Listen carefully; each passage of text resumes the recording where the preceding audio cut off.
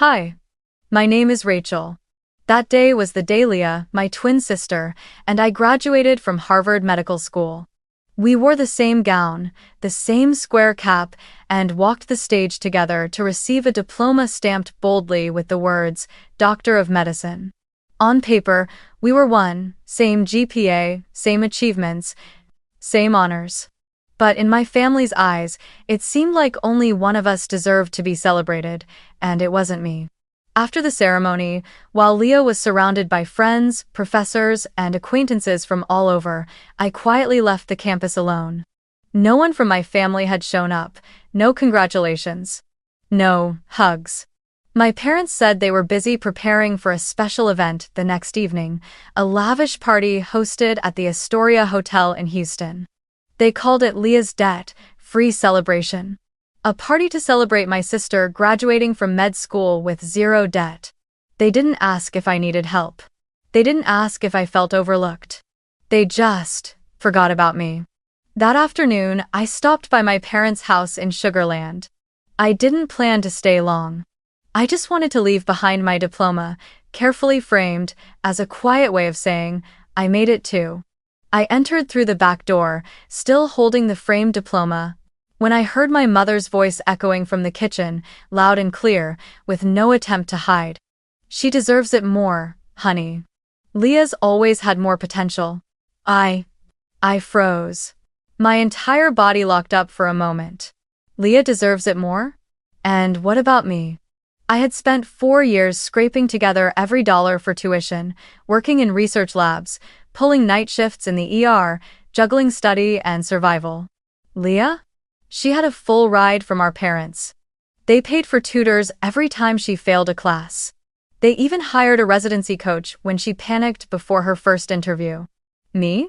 I studied from secondhand books, photocopied notes, borrowed lecture recordings from friends to listen to late at night. My mother kept speaking, her tone gentle but every word slicing through me. Rachel's always been so independent. She'll be fine, Leah needs more support. The familiar excuse. I was stronger, so I didn't need help. I stood there, diploma heavy in my hands, and realized I wasn't expected here. I placed it quietly on the table next to a vase of flowers and walked out without letting anyone know I'd ever been there. On my way to the car, I asked myself, was I being too sensitive? Did they really believe I didn't deserve a moment of recognition?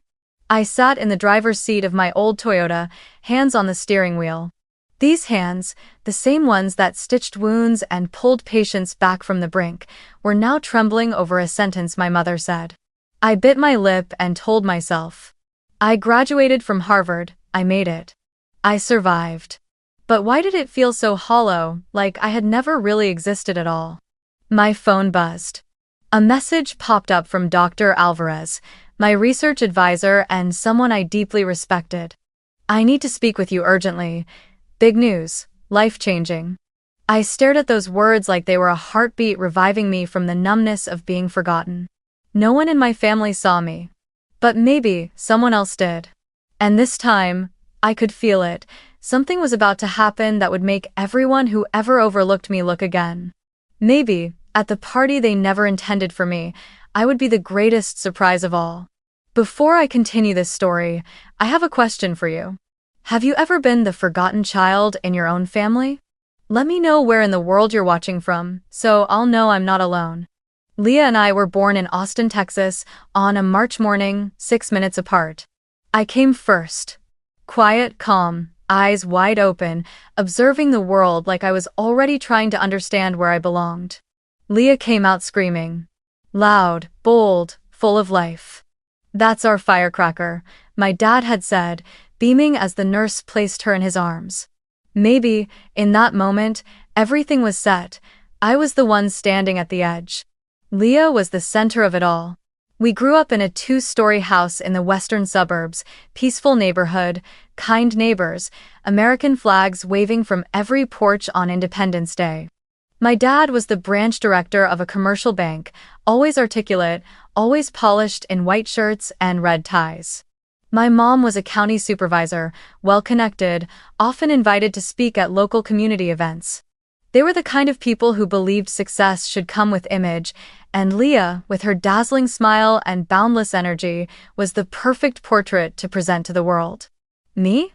I was the quiet one, the reader, the one easily forgotten during backyard BBQs. I remember clearly when I was 8, Leah landed the lead role in the school's spring play, Princess Elsa. My parents brought a camcorder, invited the grandparents, even had custom t-shirts printed with her face on them. At the same time, I had just won first place in a district-wide short story competition, a prize awarded to fewer than 5% of students statewide. I came home holding the certificate, excited to show them. My mom glanced at it and smiled. "That's expected of you, sweetheart. You're the quiet one, the smart one." What sounded like praise, to me, felt like being filed away in a drawer. The gifted girl who doesn't need attention. Eventually, I got used to it. Used to family photos always angled toward Leah.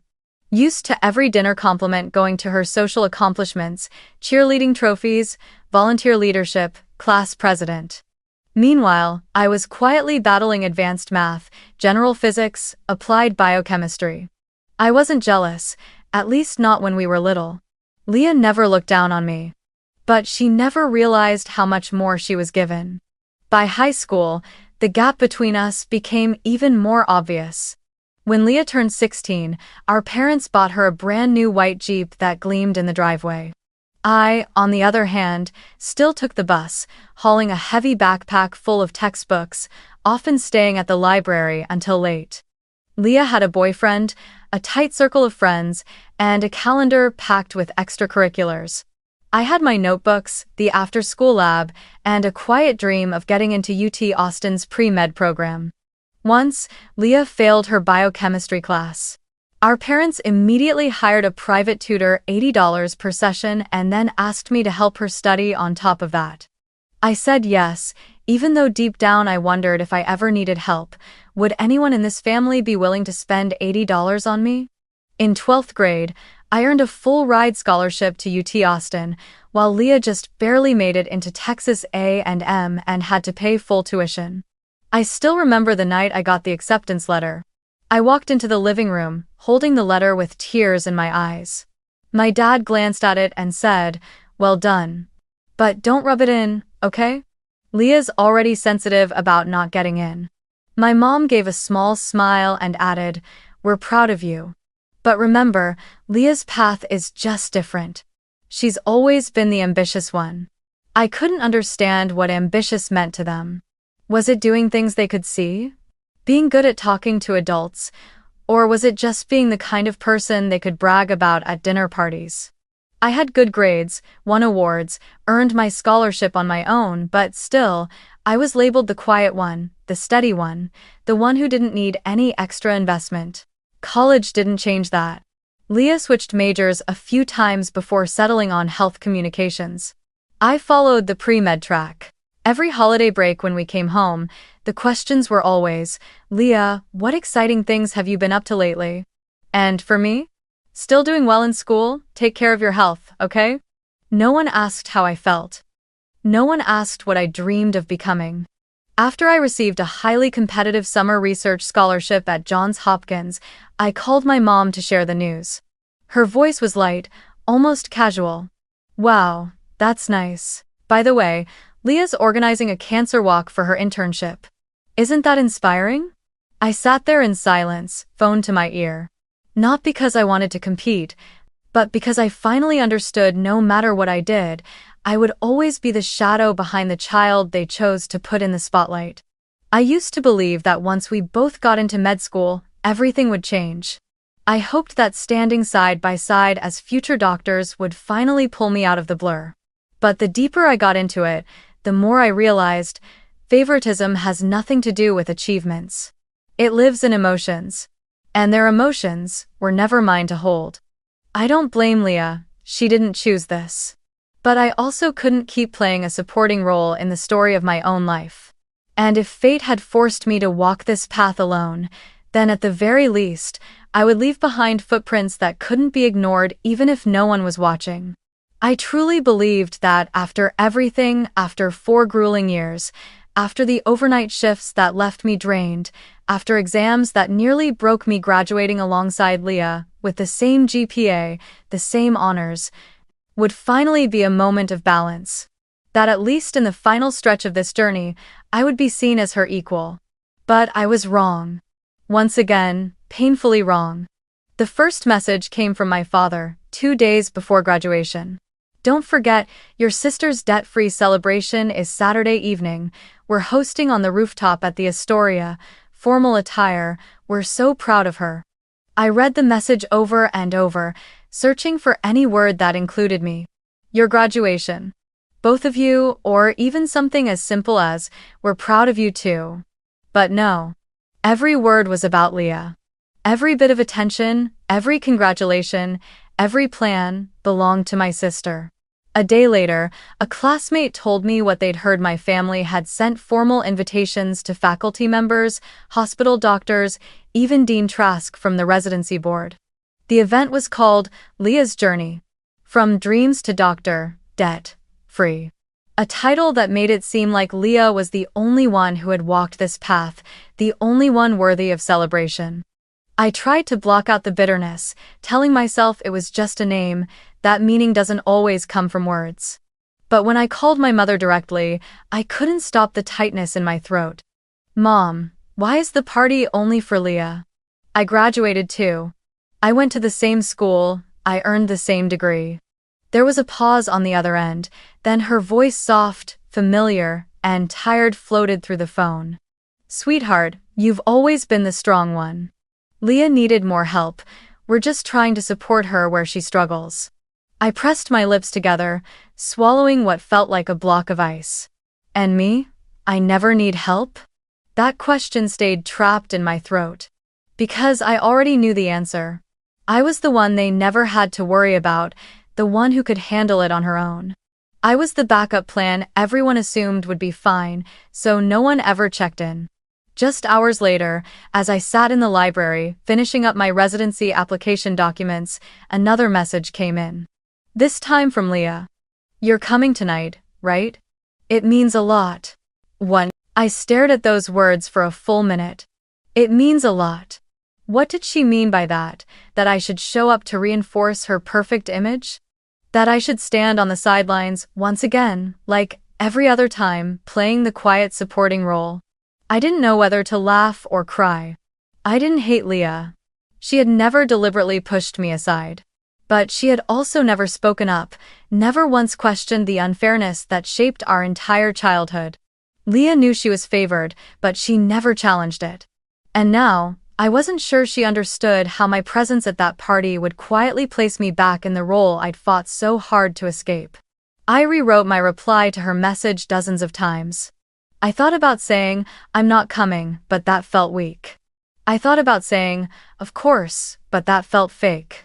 In the end, I simply typed, I'll see you tonight.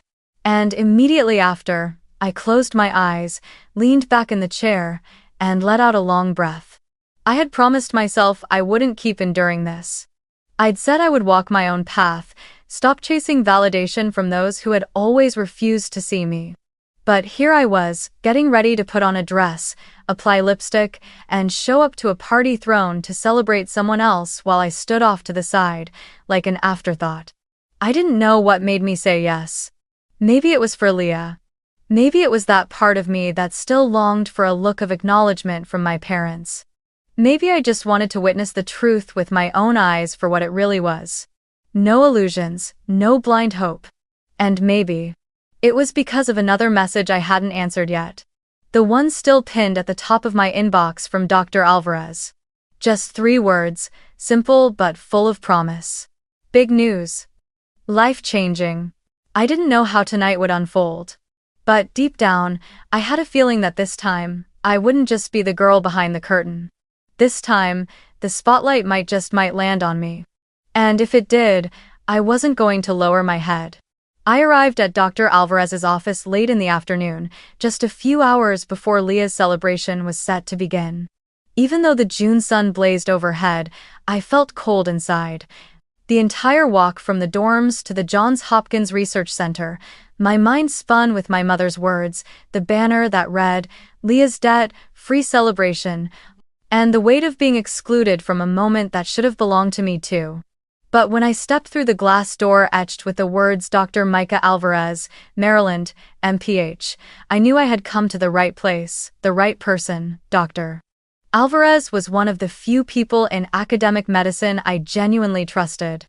As the first person of color in his family to graduate from college, he knew exactly what it felt like to be underestimated, pushed aside, and second-guessed simply for not fitting the mold society preferred. I once heard him say at a conference, "Excellence is not just about brilliance, it's about surviving the silence no one else notices."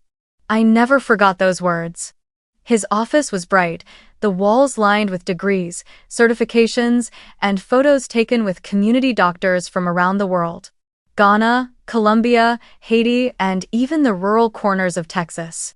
When I knocked on the door, he was holding a ceramic coffee mug, relaxed in posture but sharp-eyed as always. "Rachel, come in," he said, a warm smile curling at the edges of his mouth. "I've been waiting for you." I sat down in the familiar wooden chair across from his desk. For a brief moment, I felt safe, like here, in this room, I was fully seen. "I don't know what news was urgent enough to call me in," I began, trying to keep my voice even. He nodded, set down his coffee, and opened the drawer to pull out a cream-colored envelope sealed with a red stamp. "Rachel," he said slowly, "I have the honor of being the first to tell you, you've been selected for the Clarence King Fellowship." I stared at him, stunned, unsure if I had heard him correctly. "The Clarence King Fellowship, you mean?" "Yes," he confirmed, smiling. "The most prestigious public health research fellowship in the country. Full loan forgiveness, housing stipend, research funding, it's yours." I couldn't breathe for a moment. My entire body went still. I knew I had applied, gone through the interviews, done everything in my power, but I had never truly believed I'd receive it. Not because I wasn't good enough, but because I'd grown too used to being overlooked. I don't know what to say," I whispered.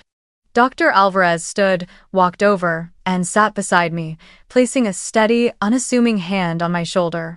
"Rachel, you didn't just earn this. You embodied it. Your thesis on health inequity in migrant workers, your clinical work, your publications, every single piece was outstanding. The committee voted unanimously. This wasn't luck, this was you." I bowed my head as tears spilled, uninvited but unstoppable. Not because I was weak, but because for the first time, in all these years, someone truly saw me not through the lens of comparison, not in Leah's shadow, not through my parents' filtered gaze. As I wiped my tears, he handed me a tissue and added, "There's one more thing." I looked up, surprised. "Your parents invited me to Leah's celebration tonight." "Social courtesy, I imagine," he said with a small smile. "They probably didn't realize how closely we've worked. But I'd like to go with your permission." My eyes widened. "You want to announce the news there?" "Not just for them," he replied. "For you. For every guest in that room who needs to know what you've done. Sometimes, Rachel, silence doesn't protect us. Visibility does." I went quiet. Inside me, a storm swirled between hesitation and the deep, buried hunger to finally be seen. Would that be ruining Leah's party? Or would it be the moment I finally gave myself the fairness I was always denied? "Are you sure?" I asked, voice barely audible. He looked at me with calm resolve. "You've spent your whole life being polite, waiting for someone to notice. But the world needs to know who you are. And sometimes, the people who should have known first need to hear it last." I nodded slowly, as if my entire body was finally admitting what my heart had always known. "I am worthy." "Okay," I said, steadier than I'd ever felt before. "Let's tell them." Before I left his office, he placed a printed copy of the fellowship letter in my hands. I read the bold line at the bottom. "Dr. Rachel Harris, Fellow, Clarence King Public Health Research Program, Johns Hopkins." As I stepped outside the building, my phone buzzed again. A new message. From Leah. Mom's going overboard for tonight. It's honestly kind of embarrassing. Wish she'd done half of this when we both got into med school. Anyway, see you there." I stared at the message. For the first time, Leah acknowledged the favoritism. For the first time, she admitted that something wasn't right. I didn't know how tonight would end. But I knew one thing for certain. I was no longer the quiet one. And if my parents or anyone in that room still believed I was just Leah's shadow, then tonight, they'd be forced to open their eyes wide. Because I, Rachel Harris, was not just someone who survived. I was someone who won. And I was ready to be seen.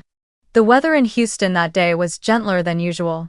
The sun had slipped behind the towering glass buildings, leaving behind a deep purple sunset draped across the roof of the Astoria Hotel where my parents had rented out the entire rooftop for Leah's achievement celebration. I arrived a little early not because I wanted to, but because I needed time to breathe, to gather myself. I stood in front of the mirror in the lobby restroom for nearly 10 minutes, smoothing my dress, adjusting my hair, reminding myself that tonight, no matter where I was placed or how I was treated, I would hold my spine straight.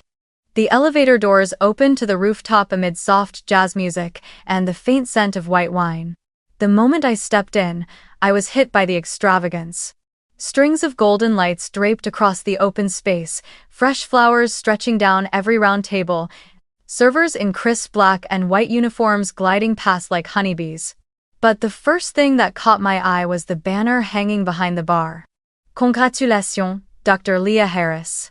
Just one name. Just one doctor. Not me. I swallowed hard, forcing a smile as I moved further in. After all, I was used to standing behind backdrops that didn't include my name. I told myself, don't react, just observe. Just wait. My mother appeared in a lilac dress, a glass of champagne in hand. She walked up and gave me a brief, airy hug, then immediately said, "You got here just in time. Leah's changing dresses. Can you help me double-check the setup on the right side? Your cousin Beth is on one of her gluten-free streaks again. Just make sure the labels are clear on the trays." A blanc. I nodded slightly. I didn't ask anything else. Didn't mention the banner. Didn't remind her that I, too, was Dr. Harris. I walked toward the food table, wondering why I always ended up playing the role of a helper in the story of my own life. Even in this elegant navy dress, even with the same medical degree as Leah, even as the recipient of the most prestigious fellowship in the country here, I was still the one assisting the perfection my family had carefully constructed around my sister. As I bent over to check if the quinoa salad had been labeled, my phone buzzed in my purse. A message from Leah. "I know it's unfair. I didn't ask for this, just wanted to say I see you." I stood still, my eyes frozen on the screen, my heart skipping a beat. For the first time in over 2 decades, Leah acknowledged it. That the unfairness was real, that I had been sidelined. That she saw it, she saw me. I looked around. On the rooftop, laughter and conversation filled the air. My father was deep in discussion with Dean Trask, the head of the residency program at Baylor. I spotted a group of doctors from Houston Methodist arriving, being guided to the main table. And at the center of it all was one empty chair, the honorary seat for Leah. Only Leah. I typed a few words in reply, then erased them. I didn't know what to say. Should I thank her? Say she deserved it too? Or say nothing at all? I wasn't sure. But in that moment, one thing was clear. Leah may not have created the imbalance, but she had allowed it to persist for far too long without a single word. And while I was moved deeply, I couldn't forget that. She appeared a few minutes later, stepping out through the glass doors inside, radiant in a form-fitting silver dress, hair pinned in an elegant bun, lips tinted with a soft red. I saw her eyes sweep across the crowd and land on me. She smiled gently, without pretense. I nodded back, not entirely sure if I was pretending to be okay or if maybe I actually was. "Thank God you're here," she murmured as she approached. "Aunt Patty's asked me 5 times if I have a boyfriend. Rescue me?" I laughed, unexpectedly. "Tell her you're married to medicine," I replied. She looped her arm through mine and leaned in to whisper, I wish they'd gone this overboard when we both got in. I turned to look at her. There was something sincere in her eyes. Not forced. Maybe she really did see it. Then our mother appeared again, this time whisking Leah away. The Hendersons just arrived. You remember Dr. Henderson, right? The chief of surgery at Memorial? Before disappearing into the crowd, she turned to me and tossed out a quick request. Can you remind the catering staff not to put out any more hard cheeses? Someone's allergic.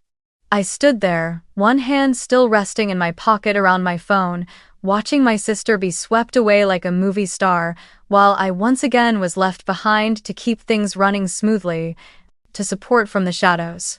I wasn't angry at Leah, but I was done enduring. Because tonight, something different was going to happen, and even if no one else knew it, I did. I hadn't come to stand on the sidelines, I came to be seen. And this time, I wasn't going to let the spotlight skip over me again. When dinner service began, I was seated at a side table near the glass railing where the lights were dimmer, and the conversations from the center echoed faintly from afar. My parents, Leah, our grandparents, and the high-profile guests were all at the main table, directly under the glittering glass chandeliers hanging from the terrace roof. From where I sat, I could see them. I could hear just enough to know what was being said, but never enough to be part of the conversation. Just like always. I offered polite smiles to the two distant relatives seated beside me, then quietly pushed the lemon butter fish to the edge of my plate, appetite absent. In front of me sat a full glass of water, untouched, and behind me an entire life spent behind the curtain. I started to wonder if I should excuse myself and leave early, when I saw my father stand up, gently tapping his champagne glass with a spoon. Ladies and gentlemen. My father's voice rang out, loud and clear. Thank you all for joining us tonight to celebrate our daughter Leah's remarkable achievement. I looked up, fingers gripping the edge of my napkin. Medical school, he continued, is not for the faint of heart. It takes years of grit, sacrifice, and unwavering determination. And tonight, we are honored to recognize Leah not only for earning her degree, but for doing so debt-free thanks to her hard work and our family's support. Applause rose steadily across the rooftop. Each clap landed in my chest like a drumbeat, hollow and sharp. My mother stood as well, gently resting her hand on my father's arm, sealing their unity. We always believed in Leah, she said, her eyes sweeping proudly across the crowd. She's always been our star, the one who makes us proud. That final sentence cut through me like a blade, clean, sharp, and unforgiving. In front of friends, professors, and colleagues, they had just declared that only one of their twin daughters was worthy of recognition. My lips pressed tight. Tears burned behind my eyes. Not because I was fragile, but because that pain years in the making had finally taken on a clear, undeniable shape. Rejection. Public. Unapologetic. I turned slightly, ready to step away, to shield my face from the crowd. But then something unexpected happened. Leah set her glass down and stood up sharply. The main table froze. Heads turned, people braced, expecting a warm thank you, a classic speech of gratitude. But when she spoke, her voice rang out not cheerful, but firm, with a slight tremble at the edge. I'm sorry, she began, her gaze sweeping the room. But I need to say something, and I need to say it now. The noise in the room dropped. It was as if every person had just inhaled and forgotten how to let the breath go. This party feels wrong. My father frowned. My mother tilted her head. A few guests whispered to each other, but Leah didn't flinch. This time, her voice was stronger. Rachel and I walked the same path. We got into Harvard Med together. We studied side by side. We cried together, pulled all-nighters together, survived the same rotations. But she did it without applause, without support, without ever being told we're proud of you. I froze. The entire room did. Leah had never said anything like this, not in private, not to me. And now, here she was doing what I had spent a lifetime waiting for. She was standing up. For me. My father gently shook his head, lips pressed into a thin line. My mother glanced around nervously, eyes darting across the crowd. But Leah didn't let them interrupt. "I love my family," she said. "But I can't celebrate myself tonight if we ignore the truth. The truth is, I had help, I had comfort, I had safety nets. Rachel didn't. She worked 2 jobs through med school. She fought for every research position, every internship.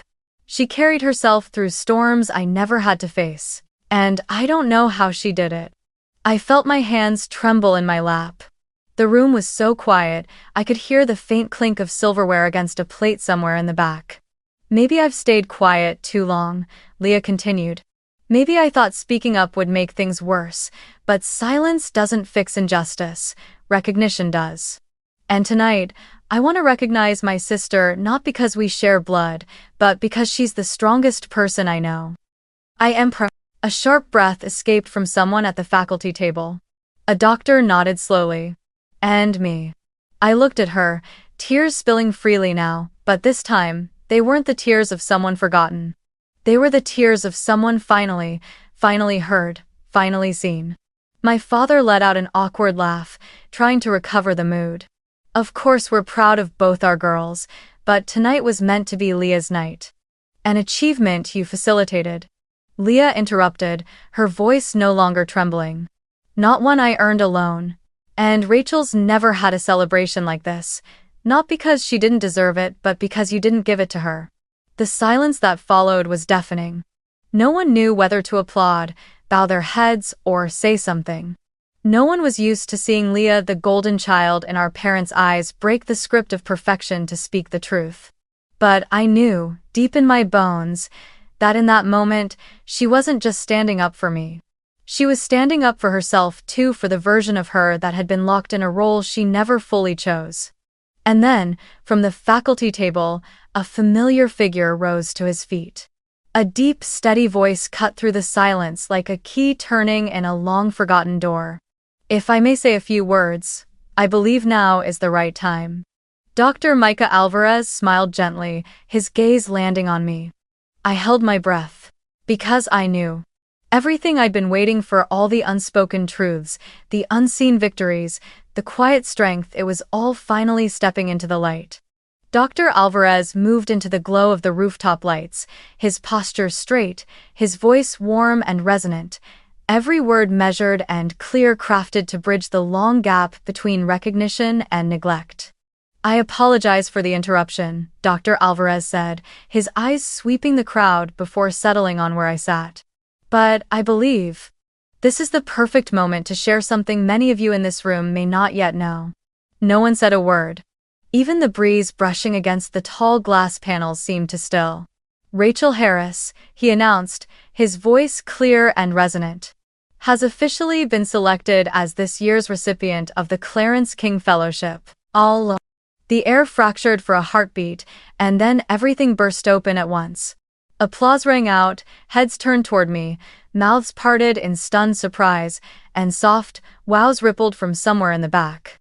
I sat frozen, as if my own mind hadn't caught up to reality yet.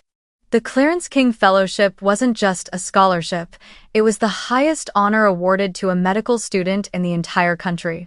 Only one recipient is chosen each year. It comes with prestige, full funding, national recognition, and, above all, it's an undeniable declaration that the person chosen is the best of the best.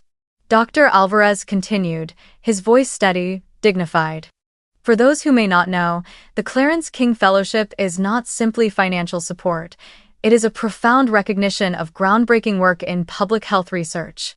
And Rachel, through her study on mental health care accessibility for migrant labor communities in South Texas, not only earned this fellowship, but received a unanimous vote from the board. Something that hasn't happened in over 15 years. I looked down at my hands resting in my lap, they were trembling. Not from fear, from emotion. For so many years, I had trained myself not to expect recognition. I had learned how to keep moving while being overlooked. But now here, in the very celebration that wasn't meant for me, my name had just been spoken aloud as an undeniable truth. "I've had the privilege of working with Rachel for the past 2 years," Dr. Alvarez continued. "And I can say this. I've met many students who are brilliant and hardworking. But it's rare to meet someone who combines razor-sharp analytical thinking with the heart of a healer who truly wants to change the world. Boo. He paused and turned fully to face my parents graciously, but without avoidance. Rachel didn't just survive without support, she thrived. And that is what true excellence looks like. Another round of applause erupted. But this time, it was for me. For me. The eyes that turned toward me weren't dismissive anymore. They weren't glancing past me. They were filled with recognition. With curiosity. With respect. I saw Dr. Patel from the emergency department nodding my way. I saw Dean Trask rising from his seat, beginning to walk toward me. And then, another figure stepped forward. Dr. Nguyen, the director of residency admissions at the Mayo Clinic, crossed the banquet hall, shaking hands with a few guests along the way before stopping right in front of me. "Rachel," she said, her eyes bright. "Let's talk after this. I think we might have a place for someone like you." I couldn't believe what I was hearing. I nodded slightly, unable to find my voice. Then I turned toward the main table. My parents were still seated silent, motionless. My father had gone pale.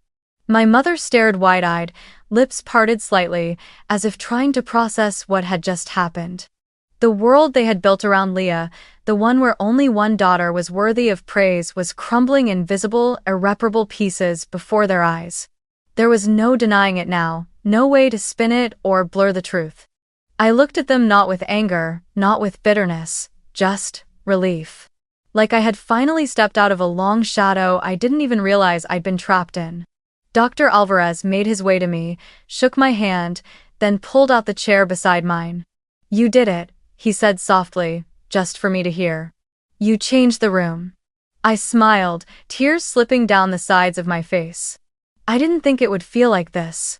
"Like what?" he asked gently. "Like freedom." And truly, that was the only word I could name in that moment. Freedom. From silence. From self-doubt. From the need for someone else to validate what I knew in my bones. I was enough, more than enough. And I didn't need to wait to be chosen anymore. Across the room, Leah looked at me, her eyes glossy, but her smile free of envy. She raised her champagne glass toward me. I did the same. Our glasses met midair, in a soft, clear note that cut through applause, through the hum of recognition, through everything that once kept me hidden. This time, finally I was seen. Named. And not because of anyone else. Because of me. The party ended in a strange new energy I knew my parents had never imagined. After Dr. Alvarez's announcement, the center of attention shifted away from Leah, away from the custom banner hanging behind the main table and onto me. Doctors, professors, classmates, even relatives who had never asked me more than 3 questions in my life, now came to shake my hand, offer congratulations, ask about my research, my fellowship, on my future. Leah remained by my side, smiling quietly, raising her glass each time someone toasted to me. Not as a rival, but as a sister who finally understood. But my parents were different. They didn't come near me for the rest of the night. They didn't weave through the crowd that had formed around me. They stayed seated at the main table, their expressions stripped of the glow they wore as party hosts, replaced by something unmistakably uncomfortable. A quiet kind of stunned disbelief. And deep down, I realized it was the very feeling I had once wished they would taste just once in their lives, the unmistakable, public awareness that they were wrong, and that there was no way to spin it otherwise. I assumed they would leave straight after the party. But as I gathered my bag near the buffet, ready to call an Uber, I heard the familiar sound of footsteps behind me. "Rachel," my father's voice called slow, cautious, like I'd never heard it before. I turned around. They were both standing there, my mother clutching her purse tightly, my father holding a small box wrapped in shimmering gold paper. They looked at me like they were trying to find a way into my thoughts, but didn't know where to begin. "Do you have a few minutes?" my mother asked. Her voice had lost its polished calm. It carried a tremor, a trace of worry, and a lot of things I no longer had the energy to name. I nodded. Not because I needed to hear what they had to say, but because I needed myself to hear their answer to the question I'd already asked in silence for years. First of all, my father began. Congratulations. Truly. The Clarence King, it's beyond incredible. We're very proud. I stayed silent, not with disdain, not with gratitude. Just letting the silence make clear how late it had all come. My mother jumped in quickly, like she feared if she didn't speak now, I might walk away. We love both of you. But in different ways. You've always been stronger, more independent, so we thought I didn't need to be seen? I finished for her. My tone wasn't sharp, but it was unmistakably clear. They didn't respond. My father lowered his gaze. My mother bit her lip. You love us differently, I continued, eyes steady on them. But only one of us was ever celebrated. My mother opened her mouth, then closed it again. Tonight, I said, people knew my name not because you told them, but because I told it myself. Through my work, through my blood, my tears, and the silence I've lived inside for years. My father sighed and pulled the small gold box from his coat pocket, the one he'd been holding all this time.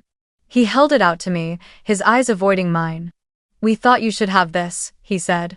It's like the watch we gave Leah for her birthday last year. You deserve one of your own. Once I looked at the box. I knew exactly what was inside. A gold watch, round face, real leather strap. An expensive gift. A symbol, a quiet attempt at redemption. But it was too late. I didn't reach for it. It's too late, I said softly. Too late to try making it even now. I saw my mother's eyes blur with tears. My father stood frozen, still holding the box in midair, as if unable to believe the gift would be refused. I stepped back. Not out of anger, not from pain.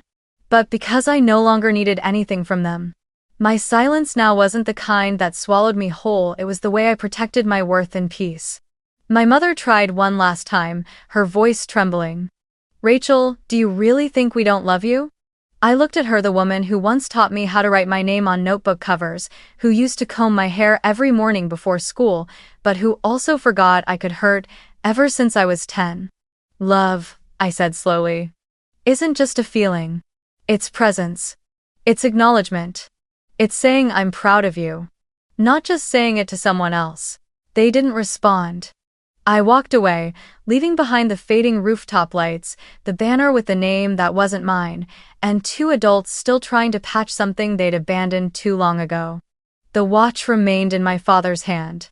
And me, for the first time in my life, I felt lighter for not taking it. 3 weeks after that night, I stood by the window of my small apartment in Cambridge, looking out at the carefully labeled boxes stacked in neat rows. Each one marked, research files, medical books, photos, things I held onto too long. It took me 3 nights to sort through everything, not just what I owned, but what I had carried in my heart. Some things I chose to keep. Others, I finally let go. That morning, Boston was unusually clear. The breeze was soft, the air crisp, the sunlight gentle, like a kind hand reaching out after a long winter. I pulled my suitcase into the lobby just as the moving SUV arrived. And Leah was already there, leaning against the stone railing, arms folded across her chest, her hair tied back, her face quieter than usual. She'd taken the morning off from her rotation just to see me off. And I knew that wasn't easy for her. Because Leah was never good at goodbyes. Especially to things she once thought would never change. Everything okay? Leah asked as I approached, my suitcase clattering softly across the stone tiles. I nodded, smiling, truly smiling for the first time in what felt like forever. Better than ever, I said. She looked at me, and for once, her eyes didn't carry that edge of guardedness, that unconscious posture of being the favored one. She was just a sister, standing across from another sister who, for the first time, was fully herself. You know, Leah began, her voice catching slightly. For so many years, I thought I was the lucky one. The one who was loved more. Favored. Trusted to succeed. I looked at her and said nothing. She had never voiced this. Not in the thousands of conversations we'd shared as twins, not during our school days, sitting side by side. Not when I cried myself to sleep over tuition stress while she got extra money for her winter break trip. But the truth is, she went on, I wasn't strong like you. I was addicted to their approval. I was terrified that if I didn't do exactly what they expected, I'd be no one. She paused. The morning light touched the bridge of her nose, making her eyes shimmer like it wasn't just sunlight. You thought I didn't see you, she said quietly. But I did. I saw you alone at your research presentation. I saw you work double shifts and still show up for your lab work. I saw you smile when they praised me right in front of you. And I saw that I stayed silent too long. My grip tightened on the handle of my suitcase, but I felt no bitterness, only clarity, only peace. You don't owe me an apology, I said. I know you didn't choose it. We both grew up in a house where love was handed out like a prize, not like a given. I paused, then added, my voice light as the breeze. You used to think you were the lucky one. But you were tethered to their approval. And me, I used to think I was invisible. But now, I see myself. We stood there, two women, once two halves of the same whole, but who had spent their lives placed at opposite ends. One lifted high as the symbol of success. The other left behind, shadowed by silence. But now, neither of us stood in anyone's shadow anymore. Leah smiled and pulled me into a hug, tight and silent. No words, no explanations, just the kind of embrace that carried years of unspoken weight finally finding release. You're going to shine in Baltimore, she whispered into my ear. And I'll be here, no longer trying to be the perfect daughter. I nodded, feeling her warmth, and for the first time, it didn't feel like I was being overshadowed. It felt like I had someone walking beside me. The moving truck arrived. The driver stepped out and began loading the boxes. I opened the car door, then turned back to look at Leah one last time before heading out. From now on, I said, we're no longer two halves split apart, we're two women choosing ourselves. Leah waved, her eyes glassy, but her mouth still smiling. I slid into the driver's seat, started the engine, and pulled away, turning off the old path, heading toward a new one. And for the first time, I knew. I didn't need anyone to lead the way. I didn't need someone else's light to show me where to go. Because I was carrying my own. And this time, freedom wasn't the destination. It was who I was becoming.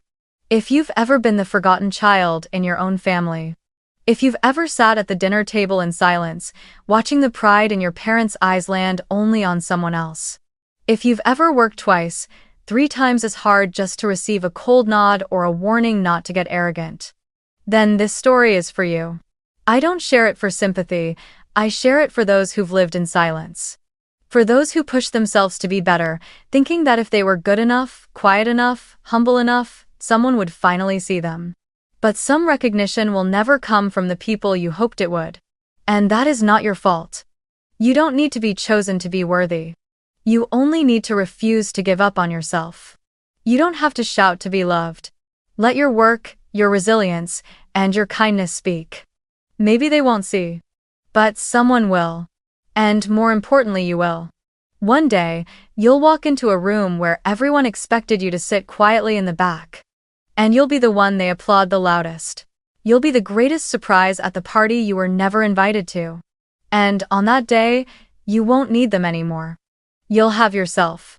And you'll be the most valuable thing you've ever owned.